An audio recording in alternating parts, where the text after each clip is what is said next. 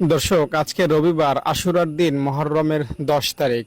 আজকের এই দিনে আপনার জন্য এমন একটা দোয়া নিয়ে আমি হাজির হয়েছি, যে দোয়াটা মুখস্থ করতে হবে না, কোথাও লিখেও রাখতে হবে না, শুধু আমার সাথে একবার পড়বেন।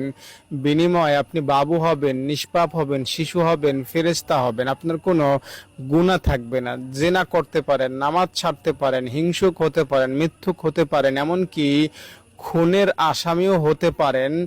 যেই অপরাধে বাংলাদেশের আইনে আপনার শাস্তি মৃত্যুদণ্ড, কিন্তু ওই রকমের অপরাধ করলেও আজকের এই মুহররমের দিনের দয়াময় রবের আদালত থেকে আপনি একদম বিলকুল খালাস পাবেন।